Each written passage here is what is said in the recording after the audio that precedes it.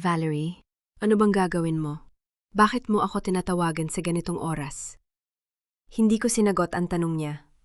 Nakatayo ako sa harap niya, nakatingin sa babaeng sumira ng kasal ko, pero hindi ko nakikita ang dating Valerie na puno ng kayabangan. Nayon, payat siya, maputla. Ang mga mata niya ay may maitim na bilog, parang ilang gabing hindi nakatulog. Mariana, salamat sa pagpunta. Nanginginig ang boses niya. Akala ko hindi ka darating. Sabihin mo na kung bakit mo ako tinawagan. Umupo ako sa harap niya, pinagmasdan ang cafe na halos walang tao. Tama siya, magandang lugar para mag-usap ng lihim. Huminga siya ng malalim. May sasabihin ako sa'yo, tungkol kay Miguel, at tungkol sa totoong dahilan kung bakit ako pumasok sa buhay niyo. Valerie, huwag mo nang paikutit. Diretsuhin mo na. Tumingin siya sa akin at sa unang pagkakataon, nakita ko ang totoong emosyon sa mga mata niya. Takot. Hindi galit, hindi kayabangan. Takot. Alam mo ba, nabaog si Miguel? Nanlamig ako. Ano? Baog siya, Mariana. Hindi siya maaaring magkaanak. Kaya nga aka nandito. Nanginginig ang mga kamay niya habang hinawakan ang tasa ng kape. Nung una, akala ko mahal niya ako. Pero nang malaman kong baog siya at pinilit ako ng nanay niya magdalang tao para sa ibang lalaki, dun ko nalaman na gamit lang ako. Naramdaman kong parang may humigpit sa dibdib ko. Ang mga salita niya ay parang mga karayom na tumutusok sa akin. Anong sinasabi mo? Si Doña Consuelo. Siya ang nagplano ng lahat. Tumulo ang luha sa pisngi niya. Nalaman niya na baog si Miguel. Alam niya hindi kayo magkakaanak. Kaya naghanap siya ng ibang babae. Ako, para magsilang ang tagapagmana ng pamilya Santos. Pero hindi anak ni Miguel ang dinadala ko, Mariana. Anak ito ng ibang lalaki. Isang estranggero na pinili ni Doña Consuelo para sa akin. Hindi to maaari. Naramdaman kong nanginginig ang mga kamay ko. Bakit mo ito sasabihin sa akin na yon? Bakit hindi mo ito sinabi nun? Kasi, humikbi siya. Kasi natakot ako. Pinagbantaan niya ako. Sinabi niya na kung hindi ko gagawin ang sinasabi niya, sisirain niya ang pamilya ko. At si Miguel, akala ko mahal niya ako. Akala ko aalagaan niya ako. Pero nang malaman kong baog siya, at nang malaman kong pinlano na pala ng nanay niya ang lahat, dun ko nalaman na pareho pala tayong gamit. Pareho tayong biktima. Napapikit ako. Ang mundo ay parang umiikot sa paligid ko. Ang babaeng ito, ang babaeng inakala kong kaaway ko, ay nagsasabing biktima rin siya. Biktima ng parehong babaeng nagpasaya sa akin. May ebidensya ka ba? Tanong ko, ang boses ay halos bulong. Tumango siya. Kinuha niya ang phone niya at binuksan ang isang voice recording. Nasa akin ang lahat. Gusto mo bang marinig kung paano nila pinag-usapan na itapon ka pagkatapos mong mabigyan sila ng pera? Naramdaman kong may tumigil sa akin. Ang mga salita niya ay parang suntok sa dibdib ko. I-play mo. Pinindot niya ang play button. At narinig ko ang mga boses na pamilyar sa akin. Ang boses ng biyenan ko at ang boses ng asawa ko. Ma, hindi ko kayang saktan si Mariana. Mahal ko siya. Ang boses ni Miguel. Mahal niya ako, pero... Mahal? Ang pag-ibig ay hindi nagpapakain sa atin. Kailangan natin ang pera niya, Miguel. At kapag nakuha na natin lahat, pwede na natin siyang itapon. Ang boses ni Doña Consuelo. Malamig. Walang puso. Parang hindi ako tao, parang investment lang ako. Ma, hindi ko alam kung kaya ko. Kailangan mong kayanin, Miguel. Wala na tayong pera, sira na ang negosyo natin. Si Mariana lang ang tanging paraan para mailigtas natin ang pamilya Santos. At kapag nakuha na natin lahat, pwede na natin siyang palayasin. Narinig ko ang paghikbi ni Miguel. Pero mahal ko siya. Mahal? Ano ang alam mo sa pag-ibig? Ang pag-ibig ay hindi nagpapakain sa atin. Ang pag-ibig ay hindi nagbabayad ng utang. Kalimutan mo ang pag-ibig, Miguel. Isipin mo ang pamilya natin. Isipin mo ang pangalan natin. Kailangan natin ang pera niya. Naramdaman kong tumulo ang luha ko. Hindi dahil sa sakit, hindi dahil sa galit, kundi dahil sa pagkalito. Si Miguel, ang lalaking inakala kong mahal ako, ay narinig kong umiyak. Narinig kong sabihin na mahal niya ako. Pero narinig ko rin siyang sumang-ayon sa plano ng nanay niya. Tama ka, Ma. Kailangan natin ang pera niya. Gagawin ko ang lahat para makuha natin. Ang mga salita niya ay parang kutsilyo na bumabalot sa puso ko.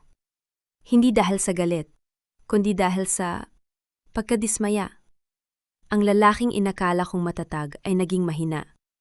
Ang lalaking inakala kong magtatanggol sa akin ay sumuko sa kanyang ina. Pinatay ni Valerie ang recording.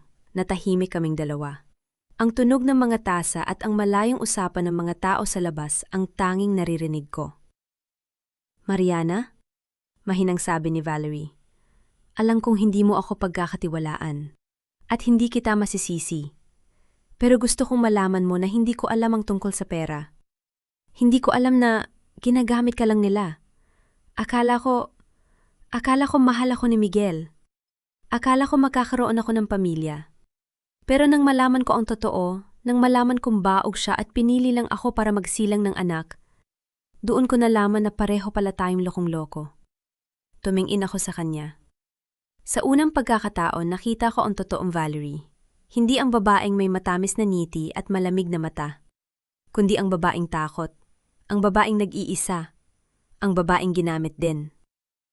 Valerie, naramdaman kong lumakas ang boses ko. Salamat sa pagsasabi sa akin ng totoo. Hindi ko alam na may taong mas kawawa pa pala sa akin. Pero hindi na tayo kawawa, hindi na. Tumingin siya sa akin. Ang mga mata ay puno ng pag-asa. Ano ang gagawin natin? Huminga ako ng malalim. Naramdaman ko ang bigat ng desisyon na ito. Valerie, gusto mo bang tulungan akong ilantad sila? Gusto mo bang ipakita sa kanila na hindi na tayo mga laruan? Na hindi na nila tayo magagamit? Natahimik siya. Nakita kong may takot sa mga mata niya. Mariana, natatakot ako. Ano kung malaman nila? Ano kung saktan nila ako o saktan ng pamilya ko? Hindi nila kaya, Valerie. Hindi na nila kaya. Hinawakan ko ang kamay niya. May ebidensya tayo. May recording tayo. May katotohanan tayo. At higit sa lahat, may isa't isa tayo. Hindi na tayo nag-iisa. Tumingin siya sa akin. Ang mga mata ay puno ng pag-aalinlangan. Pero nakita ko rin ang isang kamkislap. Isang kislap ng pag-asa. Promise mo? Mahina niyang sabi. Promise mo na hindi mo ako iiwan? Promise ko, Valerie, hindi kita iiwan. Hindi na tayo mag-isa. Tumango siya. Sige, gagawin ko. Gagawin ko ang part ko. Nuumiti ako. Salamat, Valerie. Sama-sama nating ilalantad sila. Tumayo ako handa ng umalis, pero bago ako tuluyang makaalis, tumingin ako sa kanya. Valerie, ingatan mo ang sarili mo at ingatan mo ang baby mo. Hindi siya kasalanan. Hindi siya bahagi ng plano nila. Siya ay isang inosenteng bata. Tumulo ang luha sa pisngi niya. Salamat, Mariana, salamat. Umalis ako sa cafe. Naramdaman ko ang bigat ng mga pangyayari sa balikat ko. Pero sa kabila ng lahat, naramdaman ko rin ang isang bagay na hindi ko naramdaman sa mahabang panahon. Pag-asa. Nanay! Bulong ko habang sumasakay sa kotse. Nakikita mo ba? Nakikita mo ba ang nangyayari? Hindi na ako nag-iisa. May kasama na akong lumalaban. Pero hindi ko alam na habang paalis ako, may isang bagay na nangyayari sa likod ko. Isang bagay na magbabago ng lahat. Sa loob ng cafe, si Valerie ay nakaupo pa rin. Hawak ang phone niya. Nanginginig ang mga kamay niya habang nagtatype ng mensahe. Nag-usap na kami. Gagawin ko ang part ko. Siguraduhin mang handa ka na. Pinindot niya ang send button. Tumingin siya sa labas, sa direksyon kung saan paalis ang kotse ko. Pasensya na, Mariana. Bulong niya. Pero hindi ko kayang labanan sila ng mag-isa. Kailangan kong protektahan ang sarili ko. At kailangan kong protektahan ang baby ko. Hindi ko alam. Hindi ko pa alam. Habang paalis ako, hawak ko ang phone ko. Iniisip ang mga susunod na hakbang. Iniisip ko ang laban na darating. Pero hindi ko alam na ang laban na ito ay hindi lang laban sa pamilya Santos. Ito ay laban din sa isang taong inakala kong kakampi ko. At sa sangdaling iyon, naramdaman kong may mali. Pero hindi ko pa alam kung ano. Nanay, bulong ko. Gabayan mo ako. Kailangan kita. At narinig ko ang boses niya. Hindi bilang multo, kundi bilang alaala, bilang gabay, bilang inspirasyon. Ang tunay na kayamanan ay hindi nasusukat sa pera, kundi sa kakayahang tumulong sa iba nang hindi naghahanap ng kapalit. Nanay, bulong ko. Hindi ako natatakot dahil alam kong kasama kita. Pero hindi ko alam na sa likod ko may isang bagay na nangyayari. Isang bagay na magbabago ng lahat. Isang bagay na hindi ko inaasahan. At hindi ko alam na ang babaeng inakala kong kakampi ko ay may sariling plano. Isang plano na maaring magwasak ng lahat. Kailangan natin ng pera niya? Kapag nakuha na natin lahat, pwede na nating itapon. Ang boses na iyon, ang boses ng biyenan kong minahal ko ng parang sariling ina, ay bumabalot sa buong hukuman. Ang mga salitang sinabi niya sa sarili kong asawa, ang mga salitang nagpapatunay na ako ay isang investment lamang, isang bank account na may mukha, isang bagay na dapat gamitin at itapon. Naramdaman kong nanigas ang buong katawan ko. Hindi ako makahinga. Hindi ako makagalaw. Pero hindi ako umiyak. Hindi ako umiyak dahil alam kong hindi ko kailangan. Sa unang pagkakataon sa 8 taon, naramdaman kong hindi ako ang mahina. Naramdaman kong hindi ako ang dapat ikahiya. Ang mga mata ni Doña Consuelo ay nanlaki. Ang mukha niya, kanina ay pula sa galit. Ngayon ay namutla na parang papel. Napaatras siya. Pabalik-balik ang tingin sa malaking screen at sa akin. I-off ninyo yan! I-off ninyo yan recording na yan! Kasinungalingan yan! Lahat ng yan ay kasinungalingan! Pero walang nakinig sa kanya. Ang mga kamera ay nakatuon sa kanya. Ang mga bulong ng mga tao ay lumalakas. Narinig ninyo ba? Yun pala ang totoo. Kawawa naman si Mariana. Ang sama ng loob na babaeng yon. Wala akong kasalanan. Sigaw niya. Ngunit nangiinig na ang boses niya. Ang babaeng yan, si Mariana. Siya ang nagplana ng lahat ng ito. Siya ang nag-imbenta ng recording na yan para siraan ako. Tumingin ako sa kanya. Hindi galit. Hindi pot. Kundi awa. Tunay na awa. Doña Consuelo? Mahinahon kong sabi. Hindi ko kailangang mag-imbento ng kahit ano. Ang totoo, ikaw mismo ang nagsalita. Ikaw mismo ang naglantad ng iyong sarili. Sinubukan niya magsalita, pero walang lumabas na salita. Ang bibig niya ay bumuka at sumara, parang isda sa tuyong lupa. Nakita ko ang sandaling yon. Ang sandaling nalaman niyang tapos na. Tapos na ang lahat. Ang mga taon ng pagpapanggap, ang mga taon ng pang-aapi, ang mga taon ng pagmamalaki, lahat ay gumuho sa harap ng mga mata niya.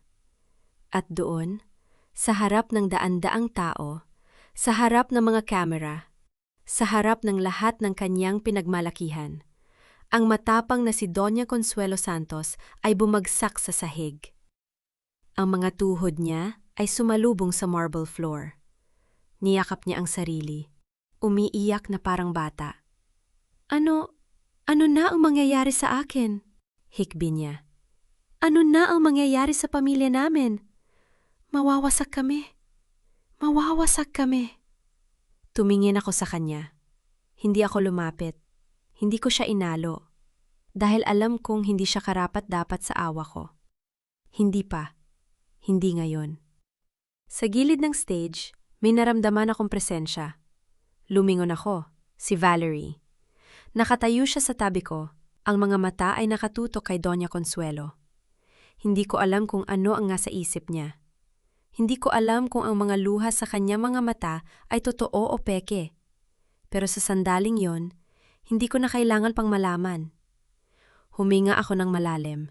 Tumingin ako sa harap, sa mga camera, sa mga tao, sa buong mundo na nanonood. At nagsalita ako.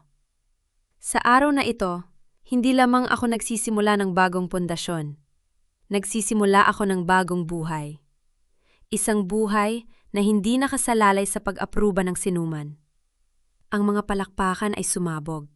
Ang mga tao ay tumayo, pumalakpak, sumisigaw ng mga salitang hindi ko na marinig. Ang lahat ay parang nasa slow motion. Ang lahat ay parang panaginip. Pero hindi ito panaginip. Ito ang katotohanan. Ang katotohanang pinaghirapan ko. Ang katotohanang ipinagdasal ko. Ang katotohanang hindi ko inakalang darating. At pagkatapos, narinig ko ang pinto.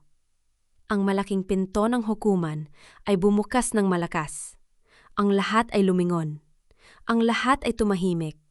At doon, nakatayo si Miguel. Ang mukha niya ay puti na parang papel. Ang mga mata niya ay mapula, basa. Ang mga kamay niya ay nanginginig. Mabagal siyang naglakad. Parang ang bawat hakbang ay nagdadala ng bigat ng mundo. "Mariana?" Mahina niyang sabi. Ang boses ay paos. "Mariana, patawarin mo ako." Tumigil siya sa harap ko. At doon, sa harap ng lahat, sa harap ng mga camera, sa harap ng kanyang ina na nasa sahig, sa harap ng buong mundo, lumuhod siya. Alam kong sobra na ang lahat. Alam kong hindi ko na kayang ayusin ang anuman. Pero, may sakit ako, Mariana. Tinatago ko ito sa lahat. Naramdaman kong parang may huminto sa mundo. Ang mga palakpakan, ang mga bulong, ang mga camera, lahat ay nawala. Ang tanging naririnig ko ay ang boses niya. "Cancer, Mariana. Stage 3. Ang mundo ay umikot. Naramdaman kong nanigas ako. Hindi ako makahinga. Hindi ako makagalaw. Ang mga salita ay bumabalot sa akin, parang malamig na tubig. Ilang buwan na lang ang itinatagal ko. Tumingin ako sa kanya. Ang lalaking minahal ko. Ang lalaking pinakasalan ko. Ang lalaking pinagtiisan ko. Ang lalaking pinagkanulo ako. At sa kabila ng lahat, sa kabila ng sakit, sa kabila ng kasinungalingan, sa kabila ng pagkakanulo, naramdaman ko ang isang bagay na hindi ko inaasahan.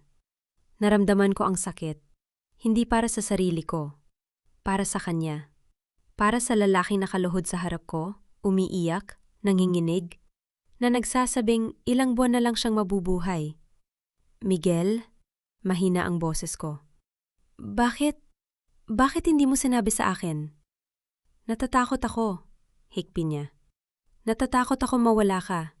Natatakot akong iwan mo ako. Natatakot akong malaman mong hindi na ako karapat-dapat sa'yo. Pero ngayon nakikita kong masaya ka na, ngayon nakikita kong malaya ka na, alam kong kailangan mong malaman ng totoo." Tumingin ako sa kanya. Ang lalaking ito, ang lalaking naging dahilan ng lahat ng sakit ko, ay nakaluhod sa harap ko, humihingi ng tawad, nagpapakita ng kanyang kahinaan sa harap ng buong mundo. At hindi ko alam kung ano ang gagawin. Tumingin ako kay Ate Ramon. Nakatayo siya sa gilid. Ang mukha ay walang emosyon, pero nakita ko ang pag-aalala sa kanyang mga mata. Tumingin ako kay Valerie. Nakatayo siya sa tabi ko. Ang mga mata ay puno ng hindi maipaliwanag na emosyon. Tumingin ako kay Doña Consuelo. Nakaluhod pa rin siya sa sahig. Umiiyak, hindi makatingin sa anak niya. At tumingin ako kay Miguel. Ang lalaking minahal ko. Ang lalaking pinagkanulo ako. Ang lalaking mamamatay na. "Miguel?" Mahina kong sabi. Ang boses ay nanginginig. "Bakit mo sinasabi ito sa akin ngayon? Bakit hindi mo sinabi sa akin noon? Bakit kailangan pang umabot sa ganito?" "Natatakot ako, Mariana." Ulit niya. Ang mga luha ay patuloy na umaagos. "Natatakot ako mawala ka. Natatakot akong malaman mong hindi na ako karapat-dapat sa'yo. Natatakot akong matakot kang mahawa sa akin. Natatakot akong iwan mo ako." Pero hindi mo ba alam na hindi kita iiwan? Kailanman. Kahit na ano pang mangyari. Alam ko. Mahina niyang sabi. Alam ko na hindi mo ako iiwan. Kaya nga mas natatakot ako. Kaya nga mas masakit. Kasi alam kong mananatili ka kahit na dapat kang umalis. Alam magtitiis ka kahit na dapat kang lumaya. At hindi ko kayang maging dahilan ng paghihirap mo. Tumingin ako sa kanya. Sa unang pagkakataon, nakita ko ang totoong Miguel. Hindi ang asawang nagsisinungaling. Hindi ang lalaking natatakot sa kanyang ina. Kundi ang lalaking may takot sa kanyang mga mata. Ang lalaking may sakit. Ang lalaking mamamatay na. At doon, sa harap ng lahat, sa harap ng mga kamera, sa harap ng buong mundo, naramdaman kong may nagbago sa akin. Hindi ko alam kung ano ito. Hindi ko alam kung ito ay awa. Hindi ko alam kung ito ay pag-ibig. Hindi ko alam kung ito ay takot. Pero isang bagay ang alam ko. Ang lahat ay hindi na magiging pareho. At habang nakatingin ako sa kanya, habang naririnig ko ang mga hikbi niya, habang nararamdaman ko ang bigat ng lahat, naramdaman ko ang isang bagay na hindi ko inaasahan. Naramdaman ko ang takot. Hindi takot para sa sarili ko. Takot para sa kanya. Takot para sa lalaking nakaluhod sa harap ko, humihingi ng tawad, nagpapakita ng kanyang kahinaan sa harap ng buong mundo. At sa sandaling yon, nalaman kong ang laban na ito ay hindi pa tapos. Hindi pa tapos. Naririnig ko pa rin ang ingay ng camera flashes kahit na 3 araw na ang nakalipas. Ang tanong ng mga reporter, ang bulong ng mga tao, ang mukha ni Miguel na nakaluhod sa harap ko. Paulit-ulit kong pinapanood sa isip ko ang sandaling yon, parang pelikulang ayaw tumigil sa pag-play. Ngayon, nakaupo ako sa loob ng kotse ko, nakaparada sa harap ng San Lorenzo General Hospital. Ang araw ay mainit, pero ang mga kamay ko ay malamig. Nakahawak ako sa manibela, hindi makakilos, hindi makababa. 3 araw. 3 araw ko nang iniisip kung dapat ba akong pumunta dito. 3 araw kong pinag-iisipan kung ano ang sasabihin ko. 3 araw kong pinag-iisipan kung ano ang mararamdaman ko kapag nakita ko siya. At ngayong nandito na ako, hindi ko alam kung kaya ko ba. Kumapit ako sa vinta kong bracelet, ang alaala ng nanay ko. Ang tanging bagay na nagpapaalala sa akin na kaya ko, na malakas ako, na hindi ako babagsak. Tumunog ang phone ko. Nakita ko ang pangalan ni Lola Ising sa screen. Sumagot ako. Ang boses ko ay nanginginig. Anak, sabi niya, ang boses ay malambing at kalmado. Nasa labas ka na ba ng hospital? Opo, Lola. Napalunok ako. Pero hindi pa po ako nakakababa. May katahimikan sa kabilang linya. Narinig ko ang paghinga niya. Parang nag-iisip kung anong sasabihin. Anak, hindi mo kailangan pumunta kung hindi mo kaya. Pero Lola, ang pagpapatawad ay hindi nangangahulugang nakakalimot ka. Mahina niyang sabi. Ibig sabihin lang nito, pinakawalan mo na ang galit. Naramdaman ko ang pag-igit ng mga mata ko. Paano ko po malalaman kung kaya ko na? Hindi mo malalaman hanggat hindi mo sinusubukan, sagot niya. Pero tandaan mo anak, ang pagpunta mo doon ay hindi para sa kanya. Kung gagawin mo ito, gawin mo para sa sarili mo, para sa kapayapaan mo. Tumingin ako sa labas ng bintana. Ang mga tao ay naglalakad papasok sa hospital.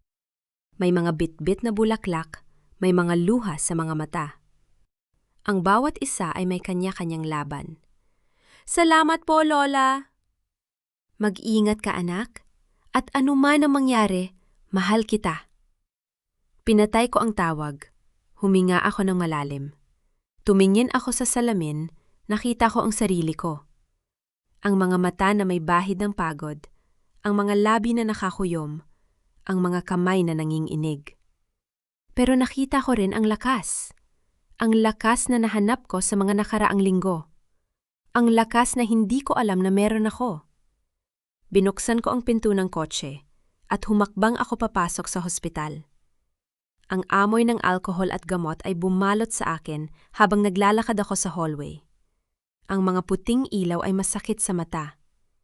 Ang mga nurse at doktor ay nagmamadali. May dalang mga chart at gamot. Ang bawat pinto ay may numero. Bawat numero ay may kwento. Nakita ko ang receptionist, isang babaeng may pagod na ngiti. Miss, sino po ang hahanapin ninyo? Miguel Santos, mahina kong sabi. Room 412. Tiningnan niya ako, parang may nakilala. Ah, kayo po palang asawa. Pasensya na, Mrs. Santos. Diretso lang po kayo sa dulo, kaliwa pang 4 na pinto. Nag-thank you ako at naglakad. Ang bawat hakbang ay parang bumibigat. Ang bawat pinto na dumadaan ako ay parang paalala ng mga pagpipilian ko.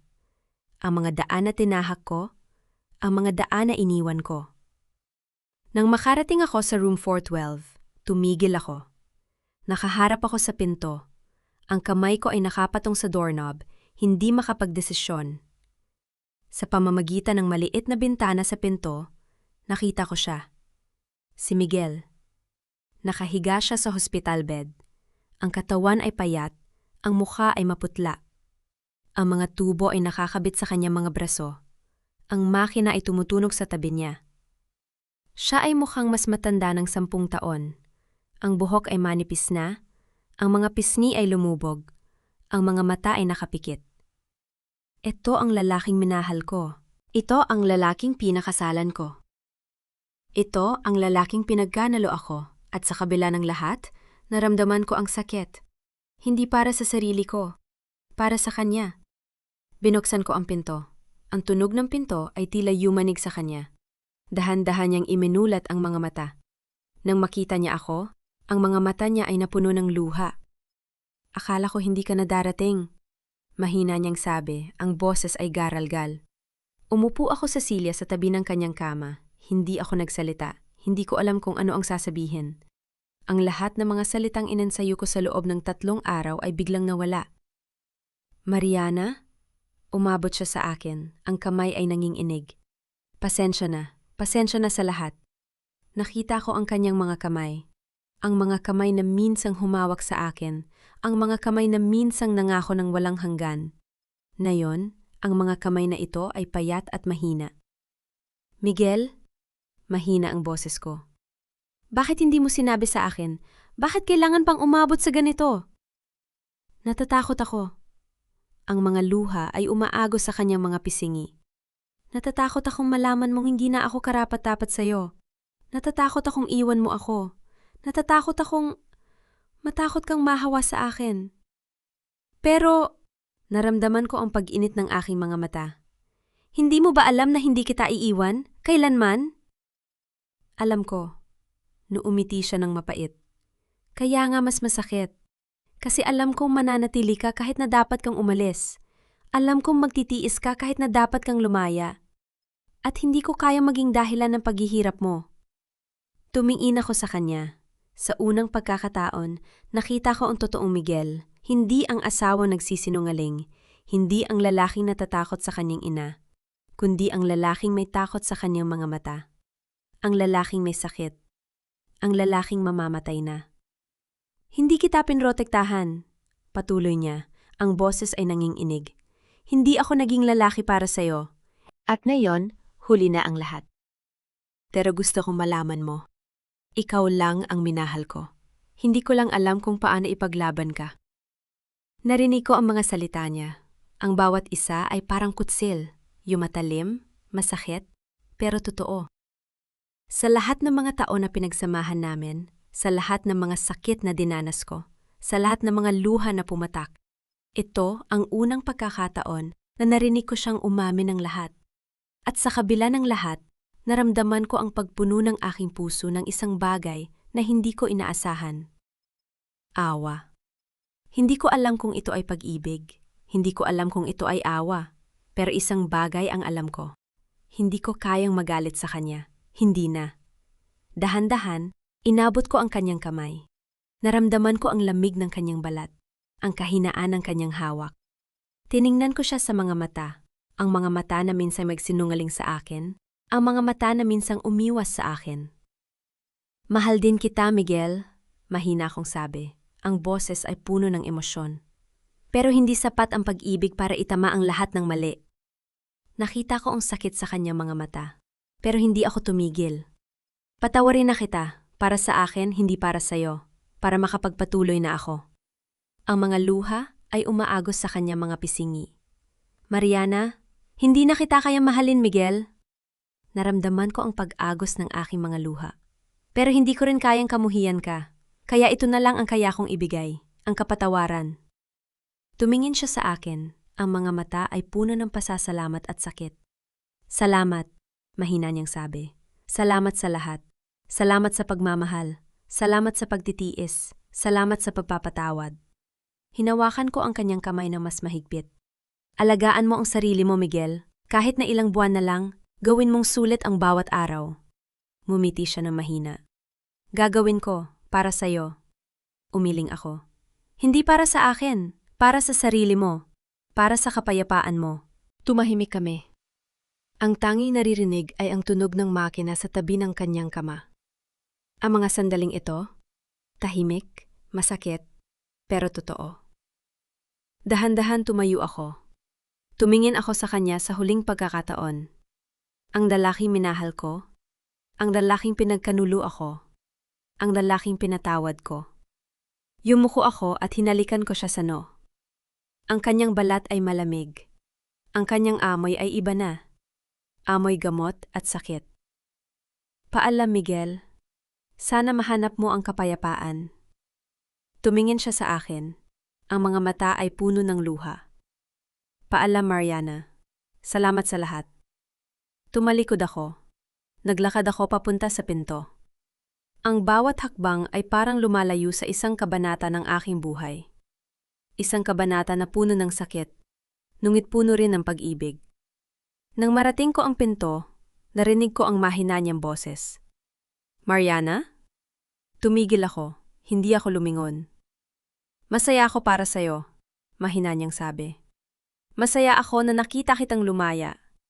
Masaya ako na nakita kitang maging malakas. At sana mahanap mo ang taong karapat-dapat sa'yo. Ang taong ipaglalaban ka. Naramdaman ko ang pag-agos ng aking mga luha. Hindi ako nagsalita. Binuksan ko ang pinto at lumabas. Hindi ako lumingon. Ang hallway ay tila mas mahaba ngayon. Ang bawat hakbang ay parang nag-iiwan ng isang bahagi ng nakaraan. Ang bawat pinto na dumadaan ako ay parang nagsasara ng isang kabanata. Nang makalabas ako ng hospital, ang araw ay sumisikat ng maliwanag. Ang hangin ay sariwa. Parang ang mundo ay bumabati sa akin. Bumabati sa aking bagong simula. Umupo ako sa loob ng kotse ko. Tumingin ako sa salamin. Nakita ko ang sarili ko. Ang mga mata na may bahid ng luha pero may liwanag. Ang mga labi na nakangiti ng bahagya. Ang mga kamay na hindi na nanginginig. Huminga ako ng malalim. Sinimulan ko ang makina. At umalis ako. Hindi na lumingon pa. 3 araw ang lumipas. 3 araw ng tahimik na pamumuhay sa bagong kondo ko. 3 araw ng pag-aayos ng mga gamit. Pagpaplano ng mga susunod na hakbang. Pagtanggap ng mga bagong posibilidad. Nakaupo ako sa sofa. Nagbabasa ng libro. Nang tumunog ang phone ko, nakita ko ang numero. Ang ospital. Ang puso ko ay biglang tumibok ng malakas. Sinagot ko ang tawag. Mrs. Santos? Ang boses sa kabilang linya ay nanginginig. Pasensya na. Pumanaw na po si Mr. Miguel Santos kaninang madaling araw. Ang mundo ay parang huminto. Ang libro ay nahulog sa aking mga kamay. Ang mga salita ay bumabalot sa akin, parang malamig na tubig. Pero bago siya pumanaw, patuloy ng boses, may iniwan siyang sulat para sa inyo. At may kasama itong isang dokumento, ang testamento niya. Lahat ng natitirang ari-arin ay sa inyo po. Hindi ako makahinga. Hindi ako makagalaw. Ang mga salita ay paulit-ulit na umiikot sa aking isip. Pumanaw na si Miguel, ang lalaking minahal ko, ang lalaking pinatawad ko, ang lalaking hinalikan ko sa bilang paalam, at sa sandaling yon, naramdaman ko ang isang bagay na hindi ko inaasahan. Naramdaman ko ang sakit. Hindi para sa sarili ko, para sa kanya. Para sa lalaking umalis na may kapatawaran sa kanyang puso. At habang nakikinig ako sa boses ng nurse, habang naririnig ko ang mga detalye ng kanyang pagpanaw, habang nararamdaman ko ang bigat ng lahat. Nalaman ko na, ang paalam na sinabi ko sa kanya ay hindi lamang isang paalam. Ito ay isang tunay na paalam. Isang paalam na hindi ko alam na magiging permanente. Mrs. Santos, nandyan pa po ba kayo? Huminga ako ng malalim. Opo, nandito pa ako. Kailan po ninyo gustong kunin ang mga dokumento? Tumingin ako sa labas ng bintana.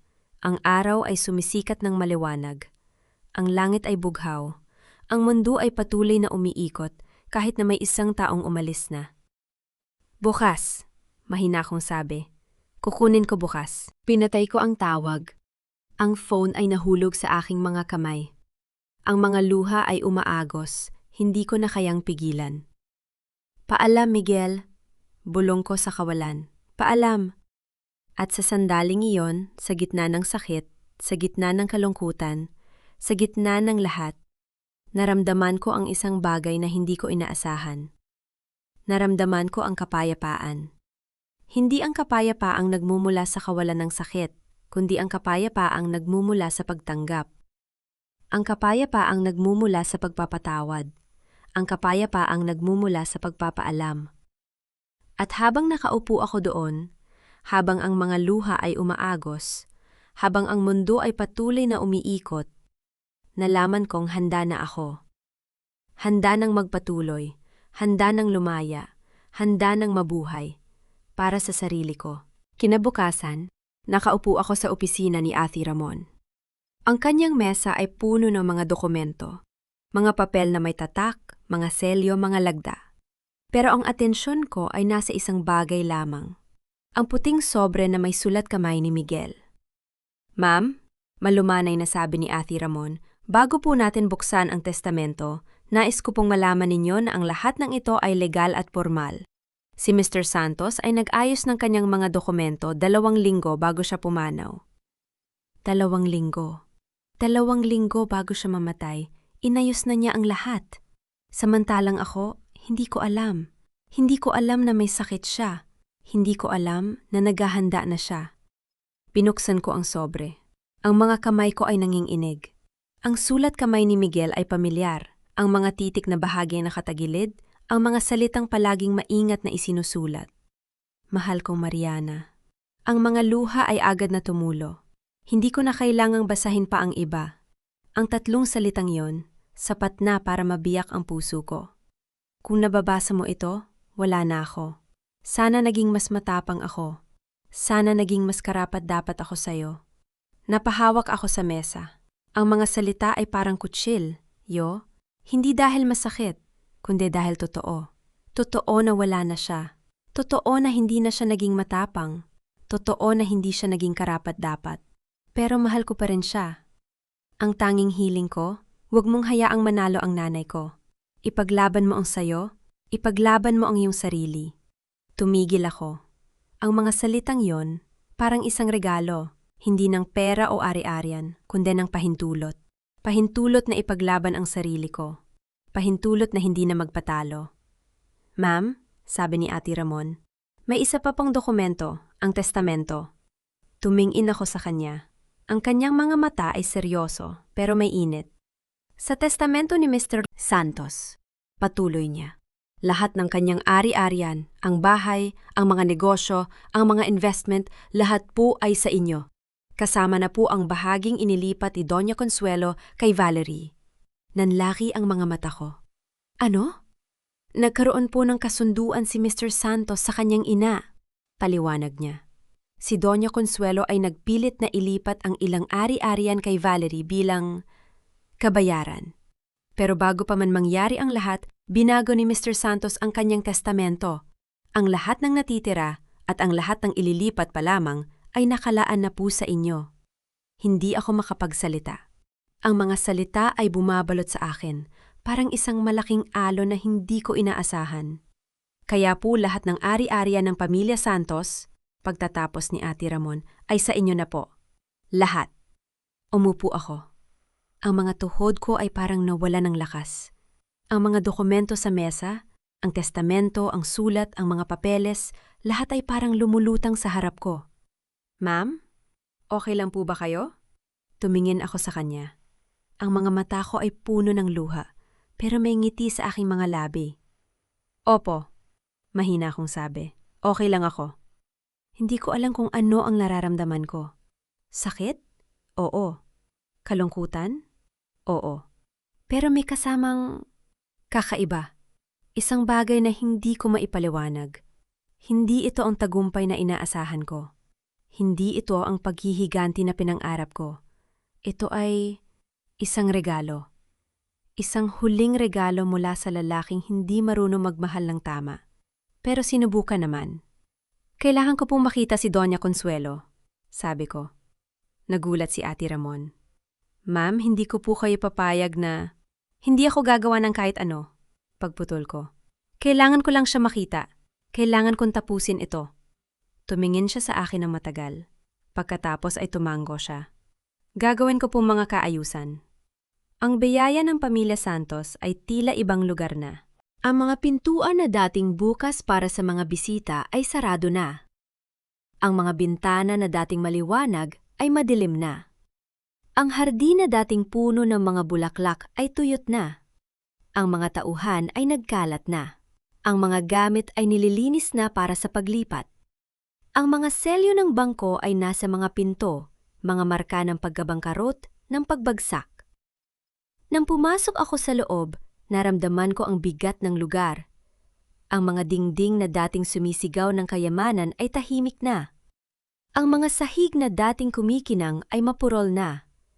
At sa gitna ng lahat, nakaupo si Doña Consuelo. Hindi siya ang Doña Consuelo na nakilala ko.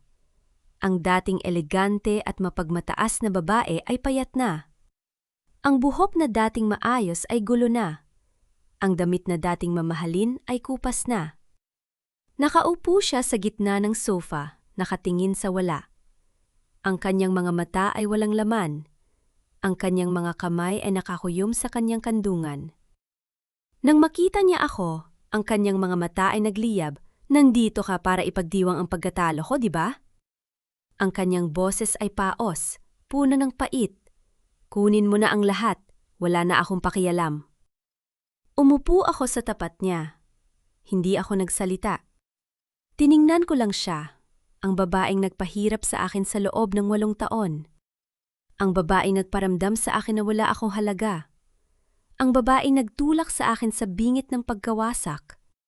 At sa sandaling yon, naramdaman ko ang isang bagay na hindi ko inaasahan. Hindi galit, hindi poot, hindi pait. Awa. Hindi ako naparito para ipagdiwang ang pagkatalo mo, Donya. Tumingin siya sa akin naguguluhan. Naparito ako para sabihin sa'yo na pinatawad na kita. Ang kanyang mga mata ay nanlaki. Ang kanyang bibig ay bahaging nabuksan. Hindi dahil karapat-dapat ka, patuloy ko, kundi dahil karapat-dapat akong maging malaya. Ang katahimikan ay bumabalot sa amin. Ang mga salita ay parang bumabagsak sa pagitan namin. Mabigat, totoo, hindi maikakaila. Wala ka ng karapatan sa akin, mahina kong sabi. Wala ka ng kapangyarihan sa akin. Hindi na ako ang Mariana na yon. Hindi na ako ang babaeng natatakot sa'yo. Ang kanyang mga labi ay nanginginig. Ang kanyang mga mata ay namumula. Wala na akong anak, bulong niya. Wala na akong lahat. At ikaw ang may-ari ng lahat ng ito. Tumango ako.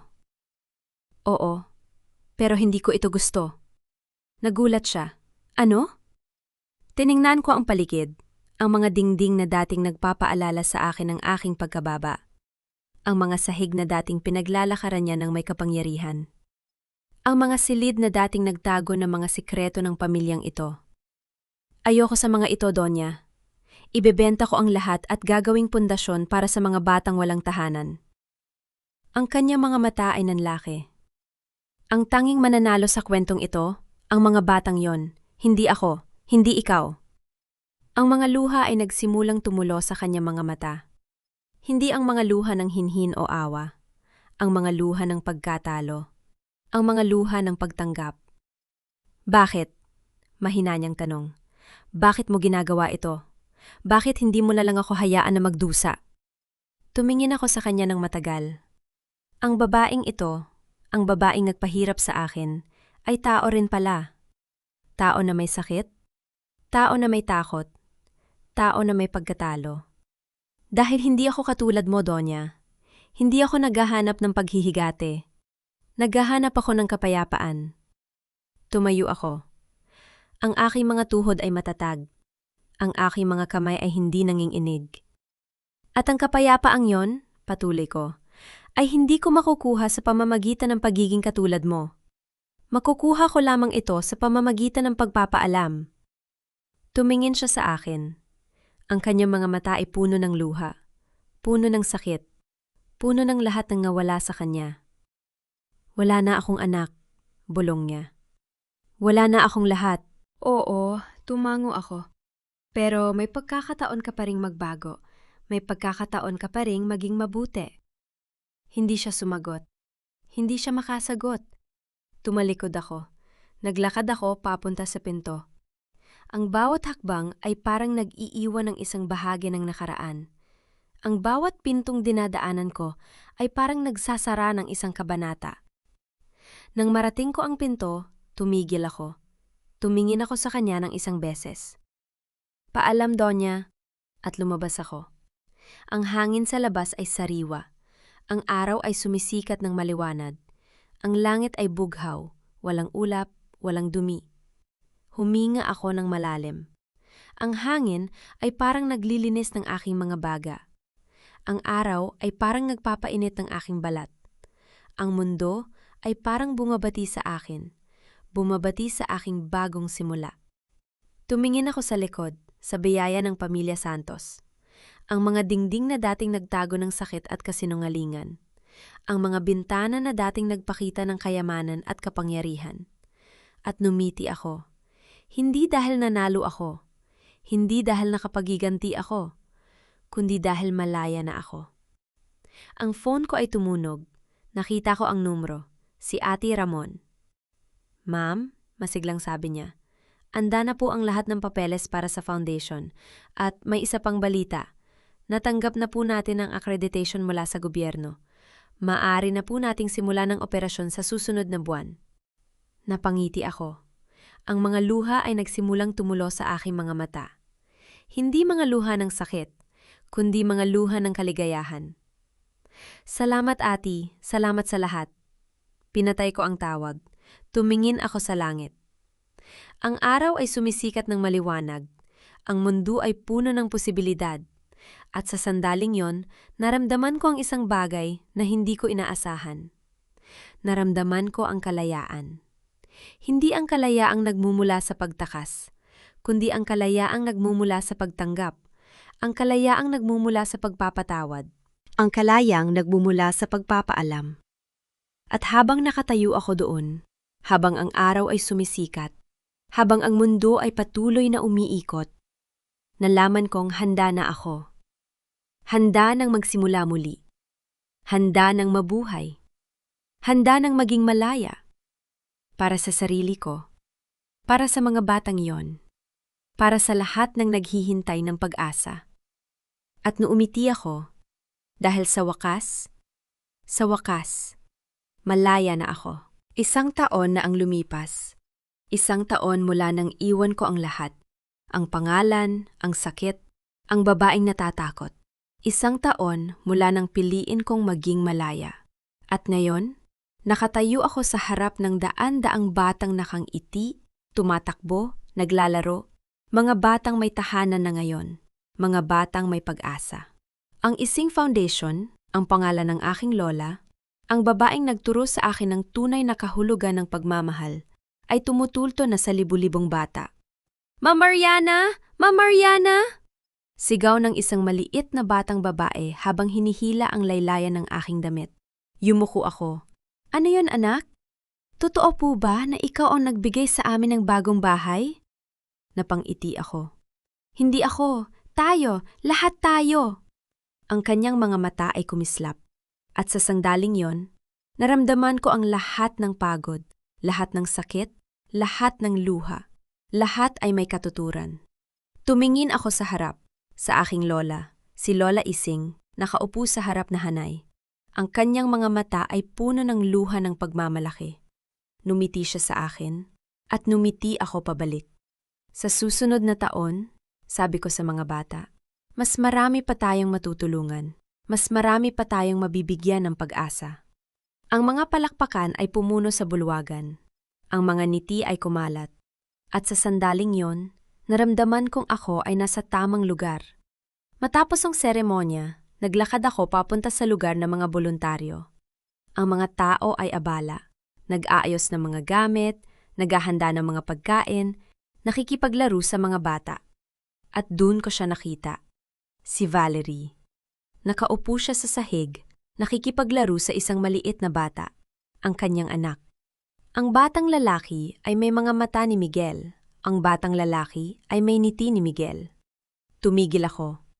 Ang aking puso ay tumibok ng mabilis, hindi dahil sa galit, hindi dahil sa sakit, kundi dahil sa sorpresa. Napansin niya ako. Ang kanyang mga mata ay nanlaki. Dahan-dahan siyang tumayo, hinawakan ang kamay ng kanyang anak. Mariana? Tumango ako. Valerie! Ang katahimikan ay pumuno sa pagitan namin. Ang mga alaala ay bumalik. Ang sakit, ang pagtataksil, ang mga luha. Ngunit sa pagkakataong ito, hindi na sila masakit. Sila ay mga alaala lamang. Hindi ko alam na nandito ka, sabi ko. Oo, mahina niyang sabi. Ako ay isang voluntaryo dito sa loob ng 6 na buwan na. Tumingin ako sa kanyang anak, ang batang lalaki na may mga mata ng isang taong mahal ko noon. Ang batang lalaki na walang kasalanan sa lahat ng nangyari. Ano ang pangalan niya? Tanong ko.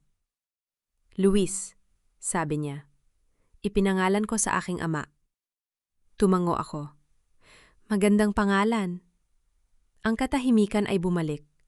Ang aking puso ay hindi na masakit. Ang aking isip ay hindi na naghahanap ng mga sagot. Mariana, sabi niya. Ang kanyang boses ay nanginginig. Salamat sa pagtanggap sa akin dito. Hindi ko alam kung saan ako pupunta kung wala ito. Tumingin ako sa kanya, ang babaeng dating kaaway ko, ang babaeng dating sumira sa aking pamilya, ang babaeng dating nagdala ng sakit sa aking buhay. Ngunit na yon, nakikita ko siya ng malinaw. Isang ina, isang babaeng nagkakamali, isang babaeng naghahanap ng pagtubos.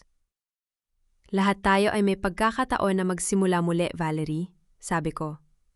Ang mahalaga, ginamit natin ito para sa kabutihan. Ang kanyang mga mata ay namumula. Ang kanyang mga labi ay nanginginig. Maraming salamat, bulong niya. Maraming salamat, Mariana. Tumingin ako sa kanyang anak, si Luis, ang batang may mga mata ni Miguel.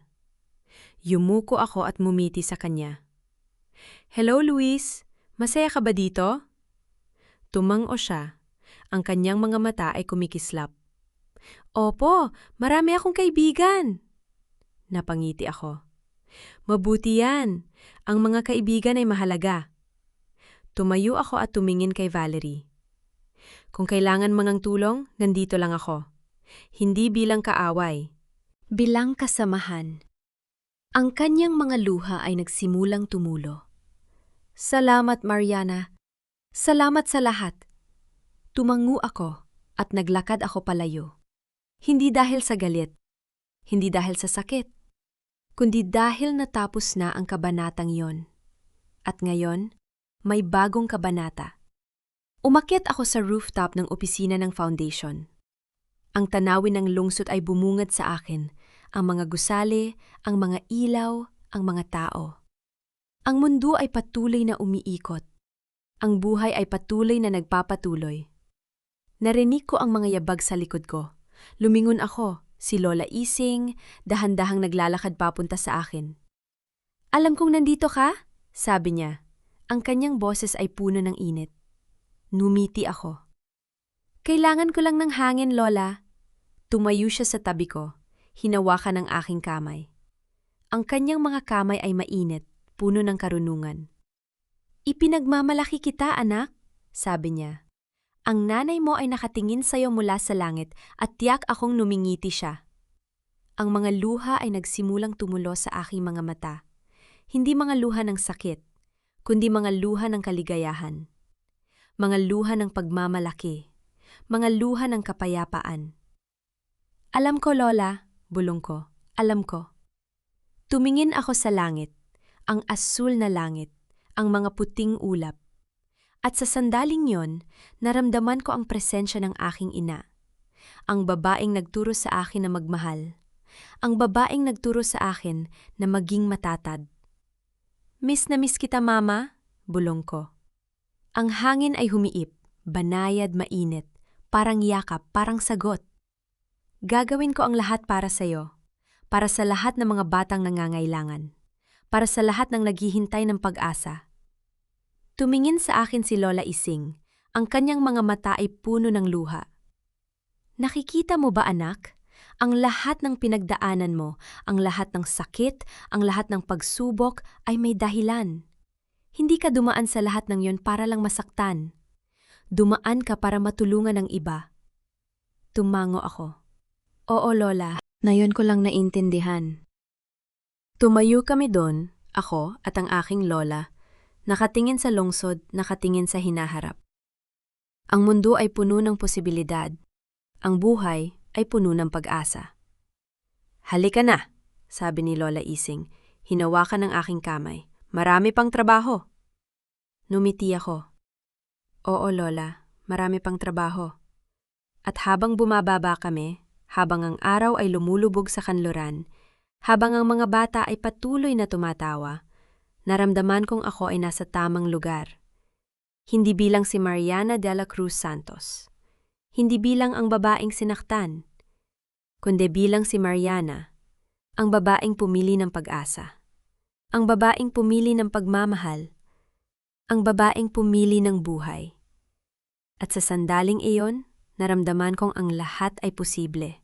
Ang lahat ay posible. Nang marating namin ang aking opisina, nakita ko ang isang sobre sa aking mesa. Walang pangalan, walang selyo, walang marka. Ano ito?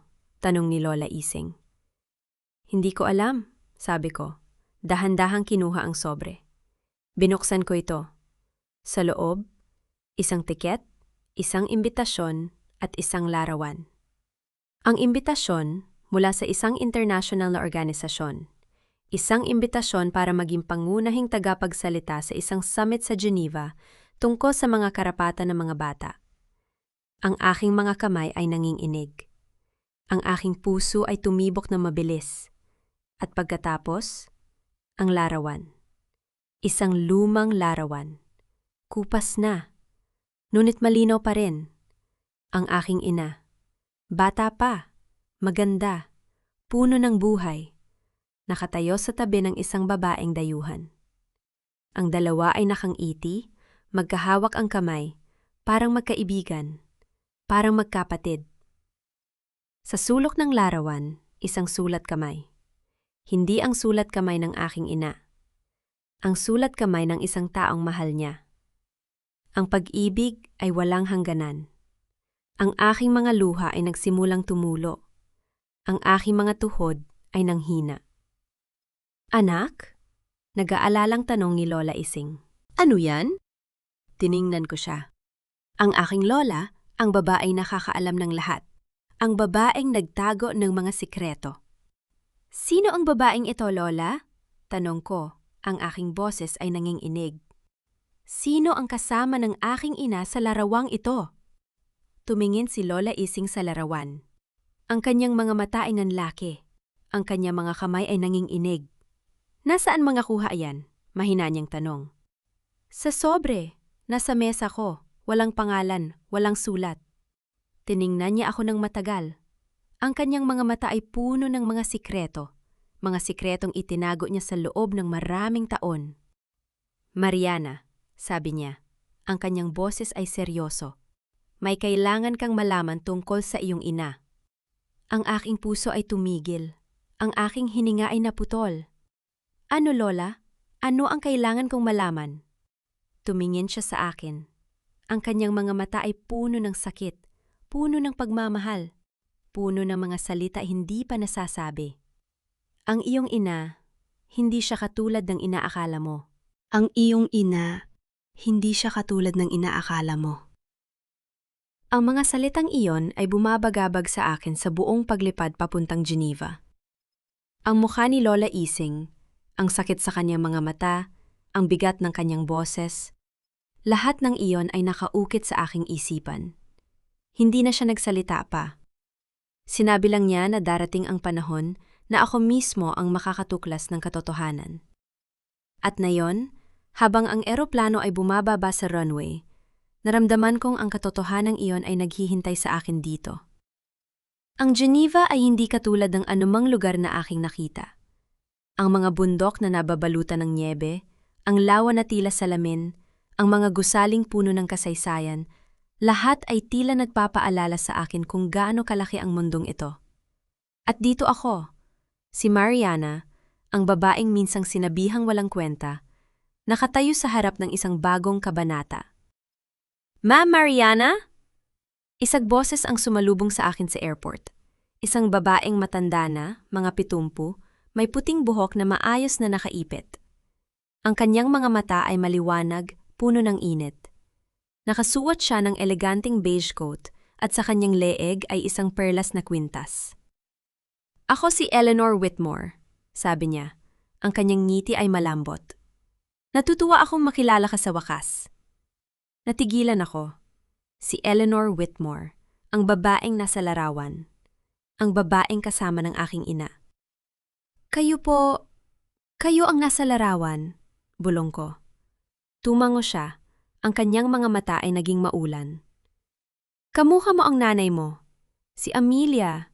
Siya ang matalikong kaibigan noon kabataan namin. Hindi ko alam kung bakit siya nawala bigla. Hanggang ngayon, hindi ko pa rin maintindihan. Ang kanyang mga salita ay tumama sa akin na parang alon. Ang aking ina, si Amelia, ay may kaibigan dito sa Geneva. Isang kaibigan na hindi ko alam na umiiral. Pumunta na tayo, sabi ni Eleanor. Hinawakan ang aking braso. Marami akong kailangang sabihin sa'yo.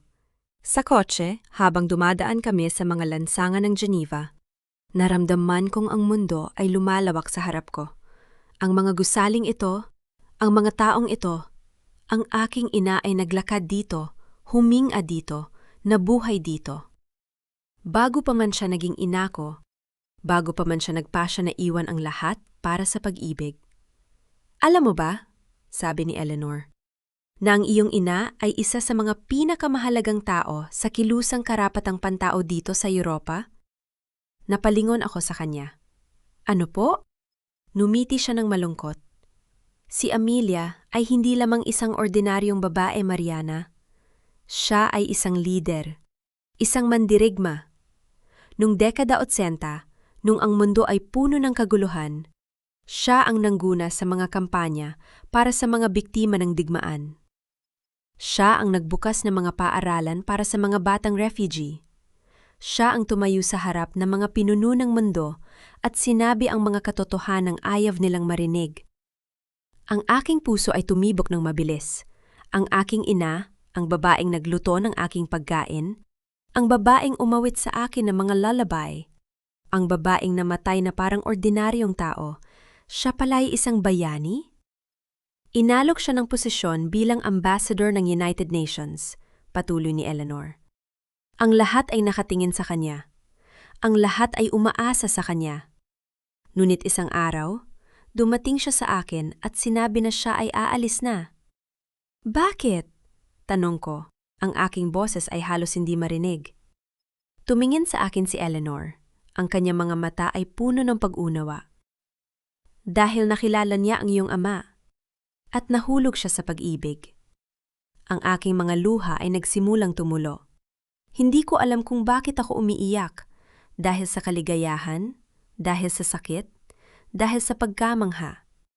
Ang aking ina ay may buhay na hindi ko alam. Isang buhay na puno ng layunin, puno ng kahulugan. Gusto kong ipakita sa iyong isang bagay. sabi ni Eleanor habang humihinto ang kotse sa harap ng isang magandang bahay na gawa sa bato.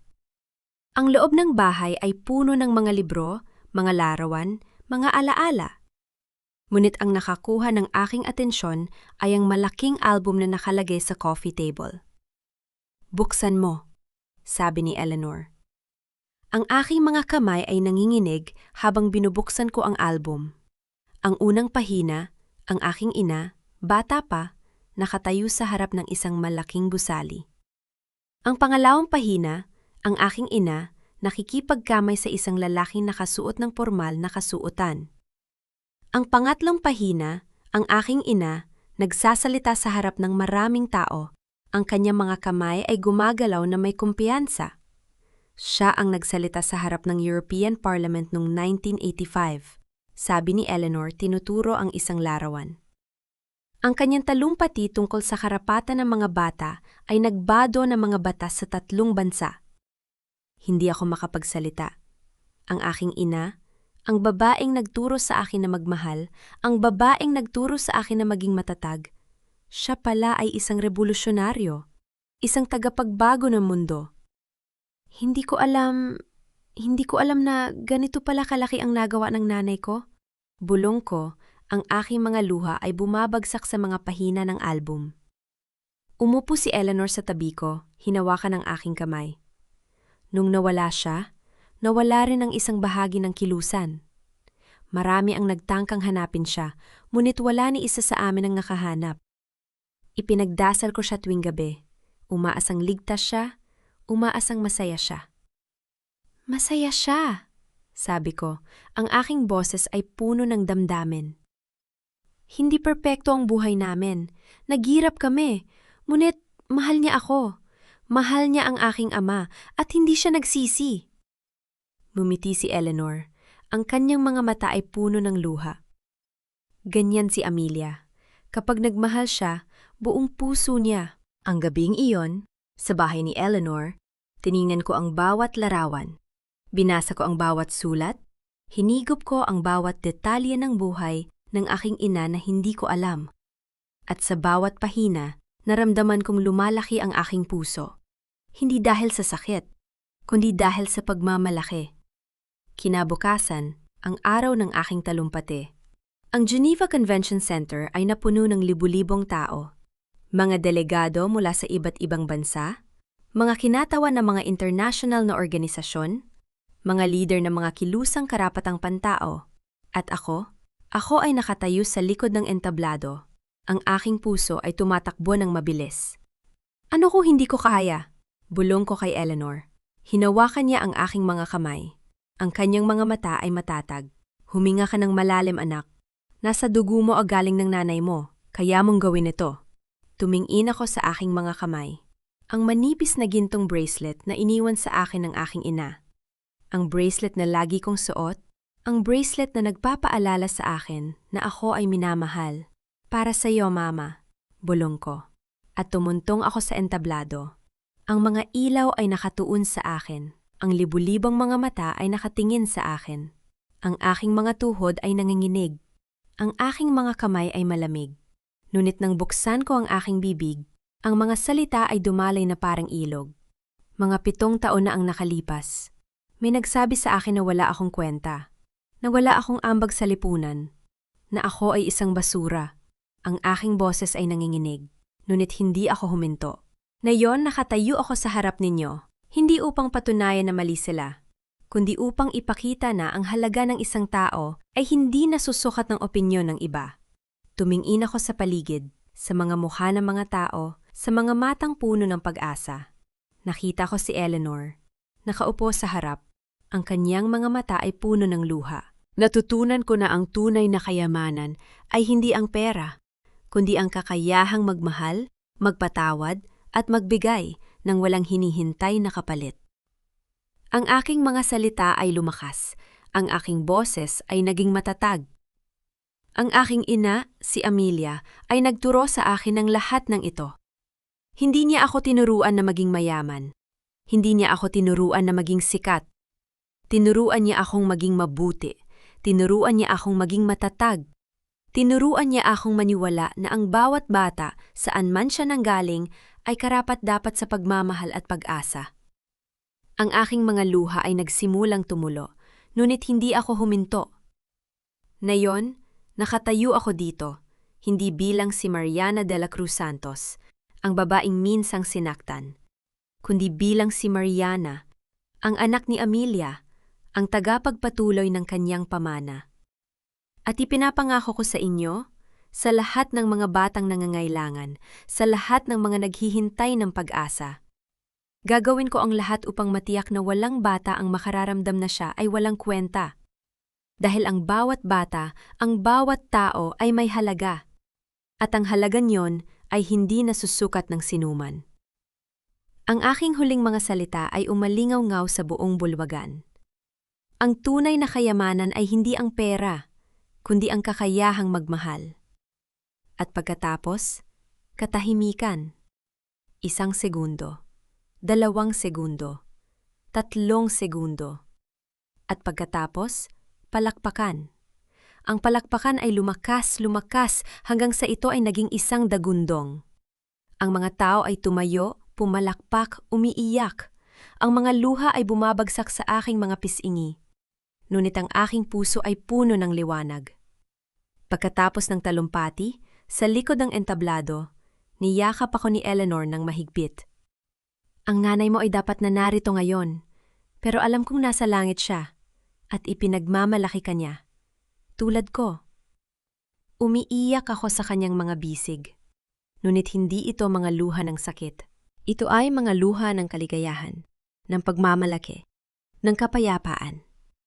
Ginawa ko ito, Mama. Bulong ko sa aking sarili. Ginawa ko ito para sa iyo. Ang mga sumunod na araw ay puno ng mga pagpupulong, mga panayam, mga koneksyon. Ang aking talumpati ay naging balita sa buong mundo.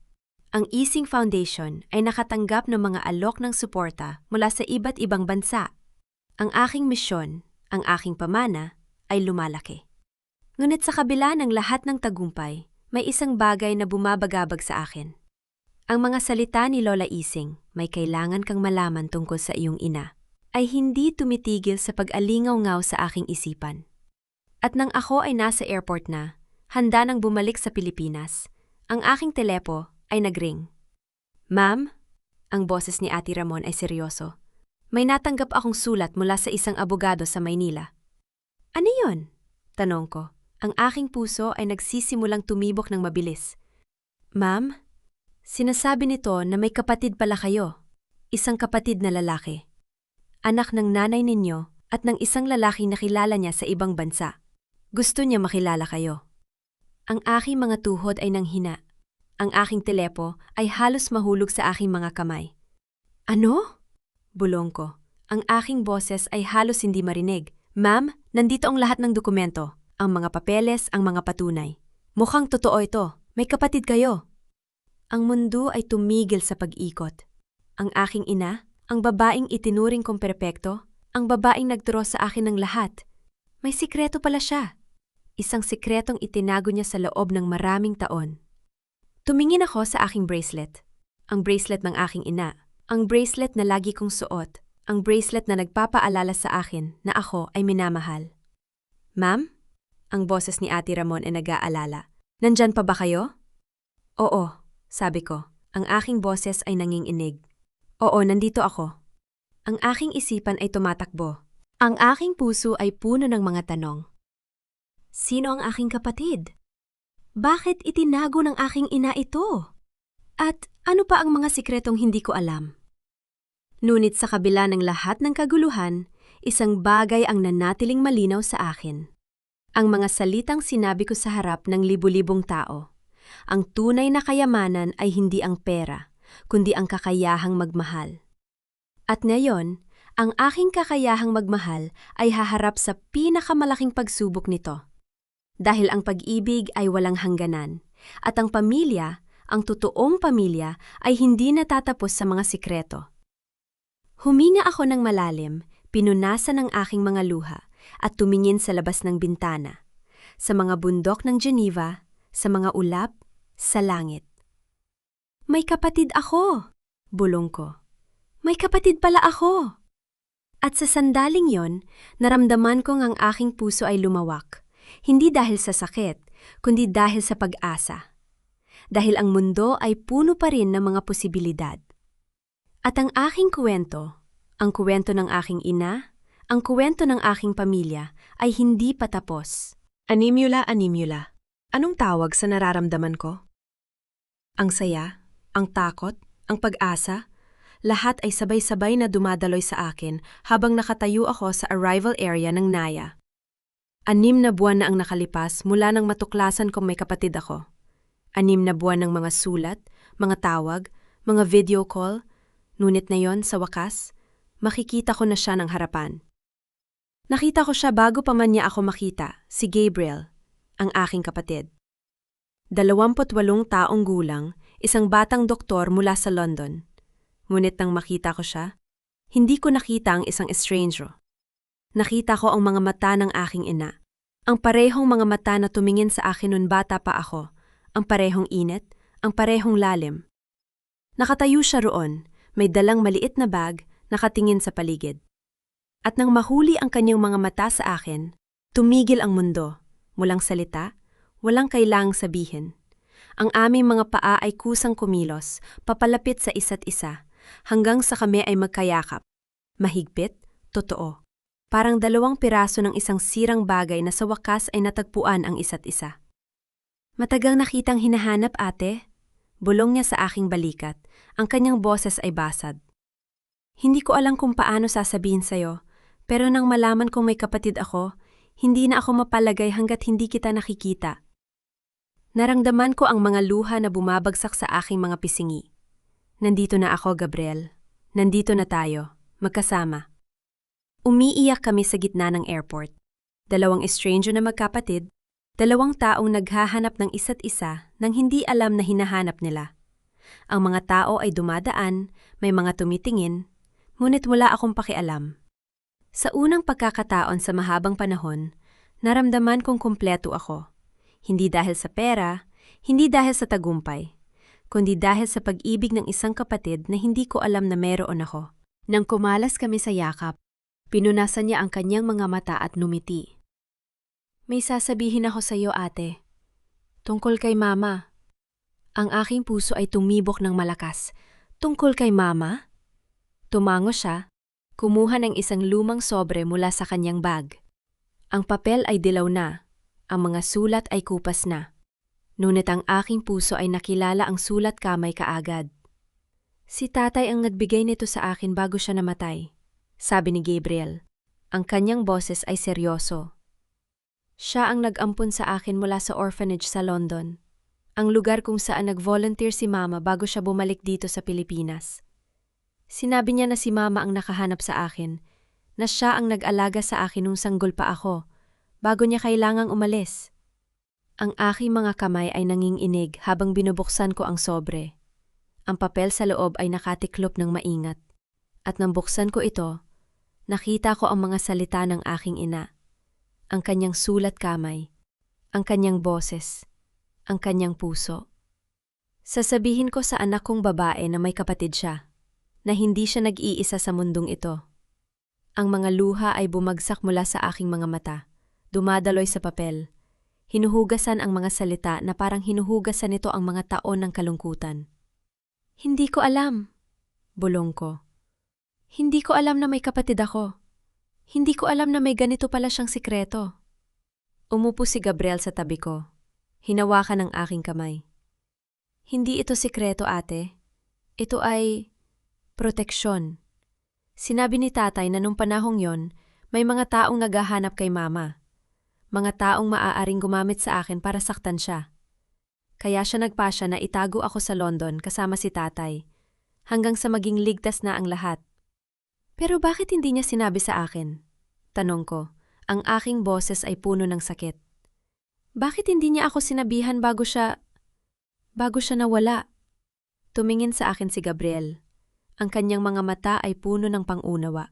Sinabi ni tatay na sinubukan niyang sabihin sa'yo ilang beses. Pero tuwing titingnan ka niya, tuwing makikita niya kung gaano kakasaya kasama si Miguel, hindi niya kayang sirain yon. Natatakot siyang baka iwan ka ni Miguel, baka iwan ka ng pamilya Santos kung malaman nila na may kapatid kang anak sa labas. Ang aking puso ay napuno ng sakit at pag-ibig ng sabay. Ang aking ina, ang babaeng nagturo sa akin ng lahat, ang babaeng nagbigay sa akin ng lakas, pinrotektahan niya ako hanggang sa huling sandali. Itinago niya ang katotohanan, hindi dahil sa kahihiyan, kundi dahil sa pag-ibig. Gusto kong makita siya, sabi ko. Ang aking boses ay matatag. Gusto kong dalhin ka sa kanya. Gusto kong ipakita sa kanya na magkasama na tayo, na hindi na tayo nag-iisa. Tumango si Gabriel. Ang kanyang mga mata ay kumikinang. Yun din ang gusto ko, ate. Yun ang dahilan kung bakit ako pumunta dito. Ang sementeryo ay tahimik nung hapong yon. Ang araw ay papalubog na. Ang langit ay puno ng kulay kahel at rosas. Parang ang langit mismo ay nagbibigay-pugay sa isang babaeng nagmahal ng walang kondisyon. Nakatayo kami ni Gabriel sa harap ng puntod ng aming ina. Sa unang pagkakataon, magkapatid kami nakatayo ng magkasama. 2 anak ng isang babae, 2 piraso ng isang buong puso. Lumuhod si Gabriel, hinawakan ng lapida at hinagkan ito. Mama? Bulong niya. Ang kanyang boses ay basag. Hindi kita nakilala. Hindi ko alam kung paano ka ngumiti, kung paano ka tumawa, kung paano mo ako hinawakan nung sanggol pa ako. Pero salamat. Salamat sa pagbibigay sa akin ng buhay. Salamat sa paghahanap sa akin. Salamat sa pagmamahal sa akin kahit hindi mo ako nakilala ng lubusan. Umiiyak ako sa tabi niya. Ang aking mga luha ay nahuhulog sa lupa. Lumuhod ako sa tabi niya, hinawakan ang kanyang kamay at tumingin sa puntod ng aming ina. Ma? Bulong ko. Ang aking boses ay halos hindi marinig. Narita ako na si Gabriel. Hindi na ako nag-iisa. Salamat sa lahat. Salamat sa pagprotekto sa akin. Salamat sa pagmamahal sa akin. Salamat sa pagdibigay sa akin ng kapatid. Kahit na itinago mo siya, kahit na hindi mo sinabi sa akin, naiintindihan ko na. Naiintindihan ko na ang lahat. Ang hangin ay humihip. Ang mga dahon ay kumaluskos. At sa sandaling yon, naramdaman ko ang presensya ng aking ina. Hindi bilang isang multo, kundi bilang isang init sa aking dibdib. Isang kapayapaan sa aking puso. Mahal ka niya, ate, sabi ni Gabriel. Ang kanyang kamay ay nasa aking balikat. Mahal ka niya ng sobra. Kaya niya itinago ang lahat. Para sa atin. Para sa ating kaligtasan. Tumango ako. Pinunasan ang aking mga luha at numiti. Oo. At ngayon, ipagpapatuloy ko ang kanyang pamana.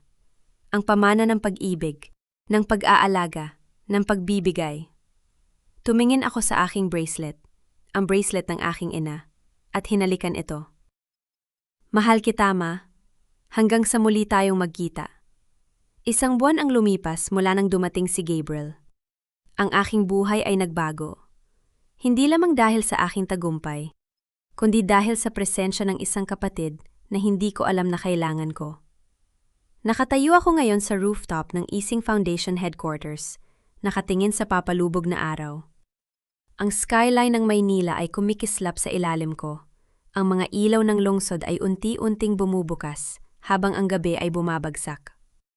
Sa ibaba, sa courtyard, naririnig ko ang tawanan ng mga bata. Mga batang inampon ng foundation, mga batang binigyan ng pag-asa, mga batang natututong mangarap muli. Kasama nila si Gabriel, naglalaro, tumatawa, nagbibigay ng kanyang oras at puso. Tulad ng ginawa ng aming ina nung siya ay nabubuhay pa. Sa tabi ng mga bata, nakaupo si Lola Ising sa isang bench. Nakatingin sa kanila na may ngiti sa kanyang mga labi. Ang kanyang mga mata ay tila nakakakita ng higit pa sa nakikita ng iba. Nakikita niya ang pamana ng kanyang anak na babae, ang pamana ng pag-ibig na patuloy na lumalago. At dun, sa isang sulok, nakaupo si Valerie. Hindi na siya ang babaeng nakilala ko sa party. Ang babaeng may mga plano, may mga ambisyon, may mga sikreto. Ngayon, Siya ay isang ina, isang babaeng natututong magsimula muli, isang babaeng inalok ko ng pagkakataon na magbago. Hindi lahat ay tinatanggap ang pagkakataong yon, ngunit si Valerie, siya ay sumubok. At yon ay sapat na para sa akin. Hinawakan ko ang bracelet ng aking ina, pinagmasdan ang mga detalye nito. Ang mga ukit, ang mga alaala, ang mga pangako. Ang bracelet na ito ay nakita ang lahat, ang aking mga luha, ang aking sakit, ang aking pagbangon, ang aking tagumpay. Ito ay nakita ang aking pagtatago at ang aking paglabas. Nuumiti ako, tumingin sa langit at bumulong sa aking sarili. Hindi ko na kailangang magtago pa. Ang totoong ako, sapat na ako. At ito ang aking pamana. Ang hangin ay humihip, dala ang amoy ng mga bulaklak mula sa harden sa ibaba. Ang mga tawanan ng mga bata ay umalingaw-ngaw. Ang mga ilaw ng lungsod ay kumikislap, at ang aking puso ay puno ng kapayapaan. Ang pagtatago ay hindi kahinaan. Minsan, ito ay ang paraan upang protektahan ang sarili hanggang sa handa ka ng lumabas at ipakita kung sino ka talaga. At kapag ginawa mo na, hindi ka na mapipigilan ng sinuman. Dahil ang tunay na kayamanan ay hindi ang pera, kundi ang kakayahang magmahal. At ako, natuto akong magmahal. Natuto akong magpatawad. Natuto akong maging buo. Maraming salamat, Mama. Bulong ko sa hangin. Salamat sa lahat. Salamat sa pagtuturo sa akin na ang pagtatago ay hindi kahinaan. Ito ay lakas na naghihintay na lumabas. Ang araw ay tuluyang lumubog. Ang langit ay naging madilim. Ngunit ang aking puso ay puno ng liwanag. Sa unang pagkakataon sa aking buhay, hindi ako nagtatago. Hindi ko kailatan. Nandito ako. Buo ako, malaya ako, at ito ang aking pamana. Mga mahal kong tagapakinig, nandito na tayo sa huling himig ng kwentong ito. Habang pinagmamasdan ko si Mariana na nakatayo sa rooftop, hawak ang bracelet ng kanyang ina, naramdaman ko ang isang kakaibang kapayapaan. Ang uri ng kapayapaan na dumarating lamang pagkatapos ng mahabang unos. Alam nyo, habang isinusulat ko ang mga huling pahinang ito, may isang tagpo ang paulit-ulit na bumabalik sa akin. Hindi ang tagpo sa party kung saan siya pinahiya ng kanyang biyenan, pagamat masakit yon. Hindi rin ang tagpo ng paglilitis o ng paghahayag ng kanyang pagkatao. Ang tagpong yon ay ang tahimik na sandali sa puntod ng kanyang ina, kung saan niyakap niya si Gabriel, ang kapatid na hindi niya alam na meron siya. Sa sandaling yon, napagtanto ko na ang pinakamalalim na pagpapagaling ay hindi nanggagaling sa tagumpay o paghihigante. Ito ay nanggagaling sa pagtanggap na may mga bagay na hindi natin kailangang intindihin agad, na may mga pagtatago na hindi para saktan tayo, kundi para protektahan tayo hanggang sa handa na tayo. May isang bagay akong napansin sa pagsusulat ng kwentong ito. Sa totoong buhay, madalas nating hinuhusgahan ang mga taong nagtatago. Ang tahimik na empleyado, ang mahiyaing kapitbahay, ang babaeng hindi sumasagot sa mga tanong tungkol sa kanyang buhay. Iniisip natin na sila ay mahina, na sila ay may itinatago na masama.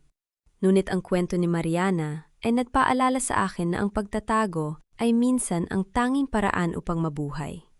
Marami sa atin ang nagtatago, hindi dahil gusto natin, kundi dahil ang mundo ay hindi pa handa para sa ating katotohanan.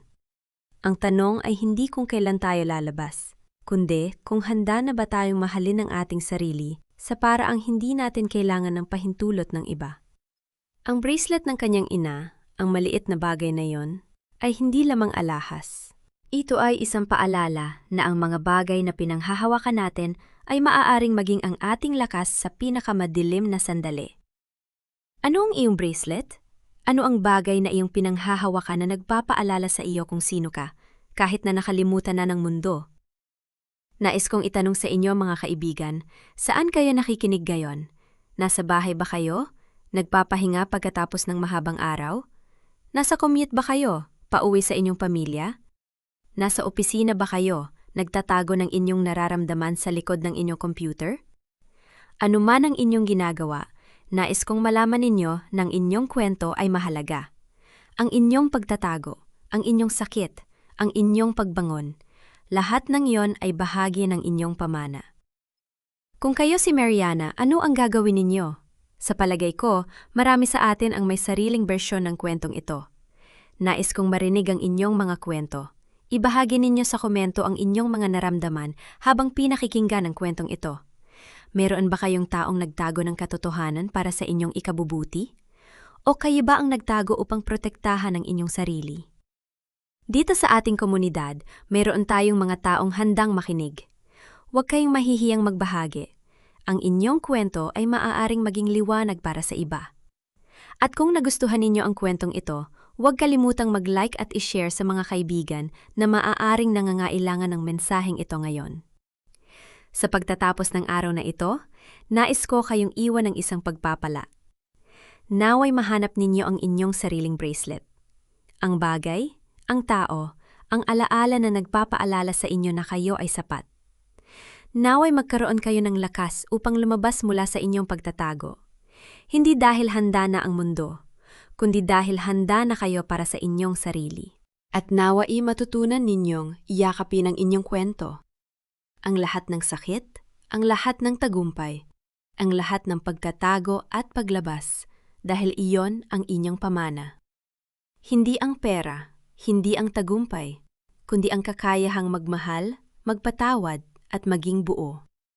Hanggang sa muli nating pagkikita, mga mahal kong tagapakinig. Ingatan ninyo ang inyong mga puso. At tandaan, ang pagtatago ay hindi kahinaan. Ito ay lakas na naghihintay na lumabas. Ang bracelet ng pag-asa. Ang kwentong ito ay isinulat na hango sa mga totoong buhay na karanasan ng mga taong patuloy na lumalaban para sa kanilang dignidad. Iniaalay ito sa lahat ng mga nagtago, nagtiis at nagbangon muli. Naway mahanap ninyo ang inyong lakas at liwanag. Paalala, ang lahat ng mga tauhan at pangyayari sa kwentong ito ay katang-isip lamang at hindi naglalayong manira o mang-atake ninuman. Ang kwento ay likha para sa layuning pang-aliw at pagpapalaganap ng positibong mensahe. Ang produksyong ito ay natatangi at orihinal, isinagawa sa ilalim ng mahigpit na editorial at censorship review, at ang karapatang are ay pagmamay-ari ng channel na ito, mangyaring wag i-re-upload o gamitin ng walang pahintulot.